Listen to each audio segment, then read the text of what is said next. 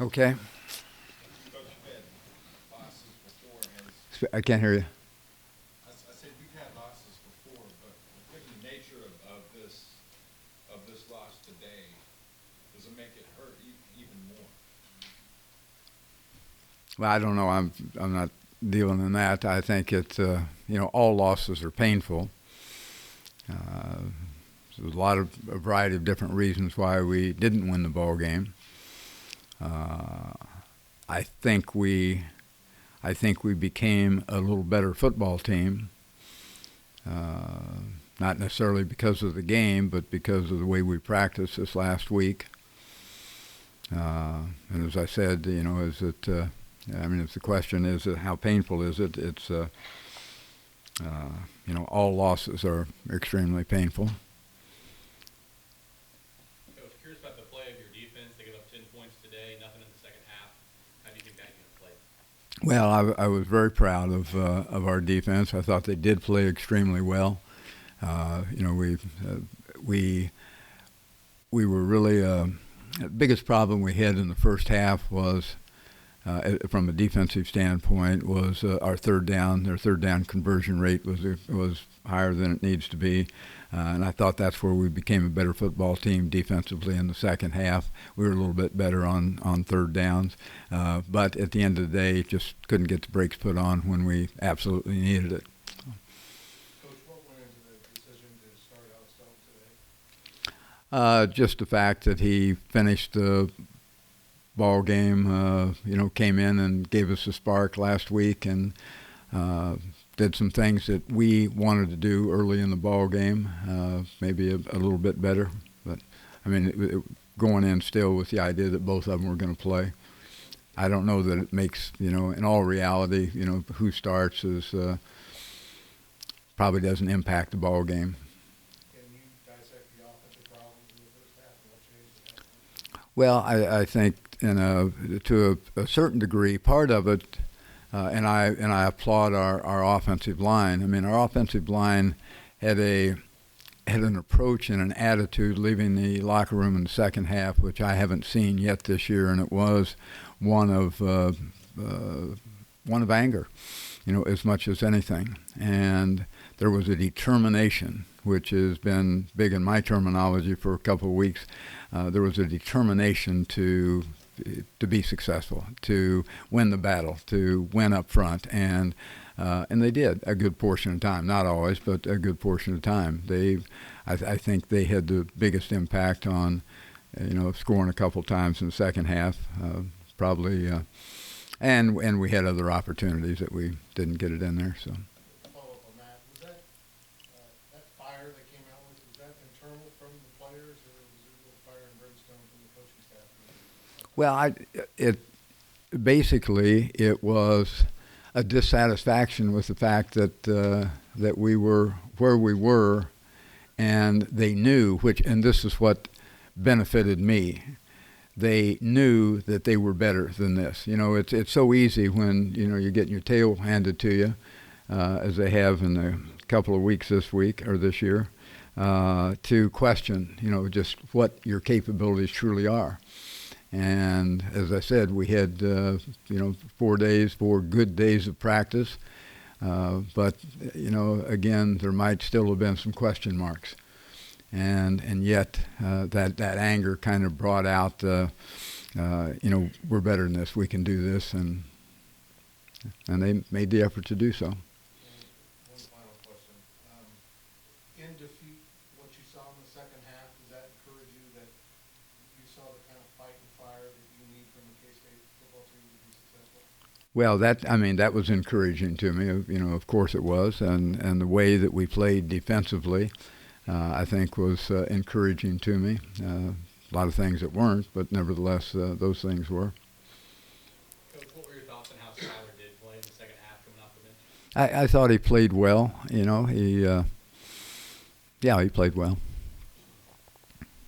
Justin Hughes comes in for Sam's size 11 in the first half and plays pretty much most of the rest of the ball game on defense. How would you assess his play today? Well, Justin played well with one exception. We had we had a 3rd and 10, and they run a little quarterback draw, and he makes, or I don't remember what the play was, but an inside run play, and he makes a hit and bounces off of it. They get a first down, and consequently, instead of punting, they go down and they get a touchdown. So that's one of the touchdowns that they probably wouldn't have gotten had we make that. Yeah, there's so many things that took place in the ball game. It's not Justin's fault that we lost the ball game, but it's one of those many, many instances. Coach, I know I'm asking you this right after the game, but do you expect the quarterback situation to be similar next week? Well, some of you don't want to hear what I'm saying. Both quarterbacks are going to play. Both of them are going to play. Both of them have an impact on the capabilities of our offensive football team, and both of them will get on the field. How much and what situations, always remains to be seen. I haven't looked at, the next opponent yet, but when we do, we'll define that. But yes, both of them will be on the field. I know hindsight is always kind of 20/20, but did Skyler's performance maybe make you wish you had gotten him a little bit earlier in the game? No. Bill, in the grand scheme, the 90-yard punt return for a touchdown, what impact did that have? Well, again, as I said, they probably, we gave up the one long drive in the first half, and, if that doesn't happen and we don't miss that one tackle, that's what ifs. And they don't put that return on the board. I mean, it's a scoreless first half, in all reality. But it's so uncharacteristic of our cover units. Our cover units have been good. They were good thereafter, but we made some some mistakes and some effort mistakes on that unit, which normally doesn't take place. So I was a little disappointed in that. Where do you feel like you broke down on coverage on that time, Coach? Just not getting there as quickly as we could. I just thought we didn't run. I mean, that's a simple thing, but you've got to be able to run. You got to put the return guy in a position where he's got to think about fair catches anyway, and we just didn't get anybody close. Our stingers got held up, and that's uncharacteristic. What did you take away from Ellinger that Texas likes to do typically? Say that again. What did you take away from Ellinger that Texas typically likes to do? Well, he's been an effective runner as well. He's been a good scrambler. He didn't get a whole lot out of scrambling. He's run quarterback draws. We put some focus on that. But then again, you go back and look between excluding the scrambles. In the 4 ball games they played this year, he's really only run I think it was 4 or 5 quarterback draws. So, it hasn't been as though he was as prolific doing it as he has been in the past. But, he's a good runner. We didn't give him an awful lot in that respect. But, by the same token, we did not defend against the pass extremely well, even though a lot of those passes were very short passes, raised up and throw it outside, and that kind of enhances your completion percentage. But I have to give him credit. I mean, he's a very fine player.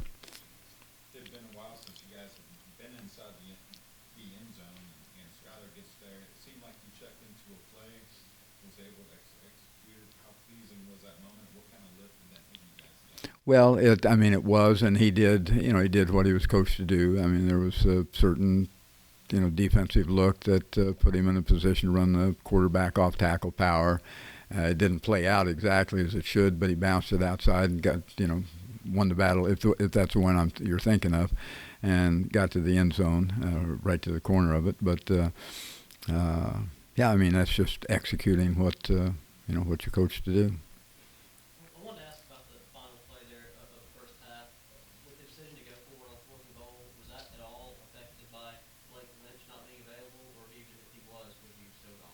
Probably considering the score would probably, in all likelihood, would still have gone for it. Yeah. And then just you mentioned that you saw just that fire out of the offensive line coming out of halftime that you hadn't seen this year. Is there any reason you think maybe it took this long into the season for that kind of show up? Any reason to believe what? Maybe why it took so long into the season for the offensive line to show that kind of fire and determination you want? Well, I think it's not as though they didn't have some spirit about them or didn't have some passion for playing the game. They just realized it wasn't getting done, and that just prompted that a little different kind of spirit. I mean, they, normally offensive linemen pretty quiet, stay to themselves, and so it was something they wanted to get invested in, I guess. Bill, is the injury to Lynch short-term or longer-term? Uncertain right now. Coach, what differences, if any, did you see between how Alex handled today versus how Skylar handled today? I don't know. We just have to go back and look at the film. There was an instance in the first half that there was a decision that I wasn't real happy with Alex, but there were some extenuating circumstances. I just have to go back and look at the film. I certainly trust his judgment or the judgment of the other youngster as well with Skylar. Trust both of them, but by and large, obviously Skylar, Skylar helped us get the ball in the end zone, on 2 occasions, and that was the reason. Alex came in the ball game last week. We didn't get the ball in the end zone, so I'm pleased with the fact that he helped engineer those 2 drives that we had, and they were drives. They weren't dramatically short fields. I don't know exactly what the distance was. That doesn't say on here, but they were sustained drives, both of them.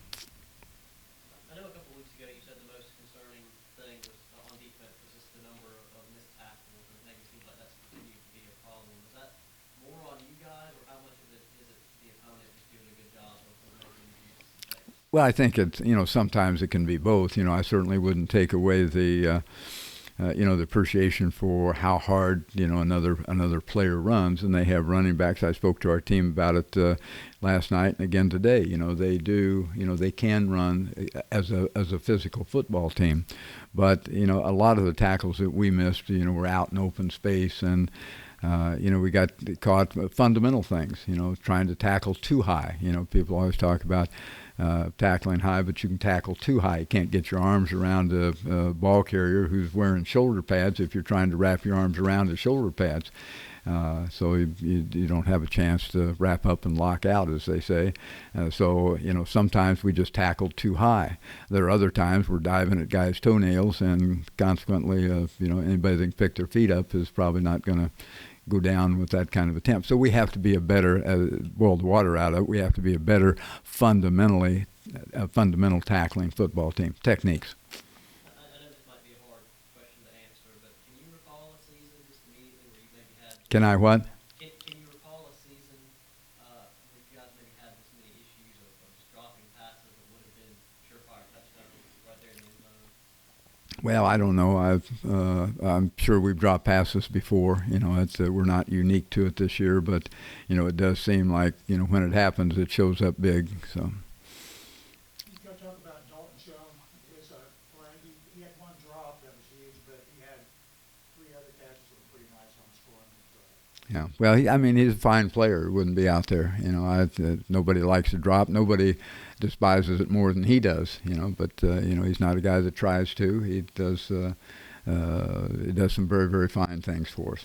Love to have that catch, but by the same token, he, as you indicated, he made some other plays that helped us advance the ball and put us in field position in the second half to get the ball in the end zone. But still have to catch him when you get him.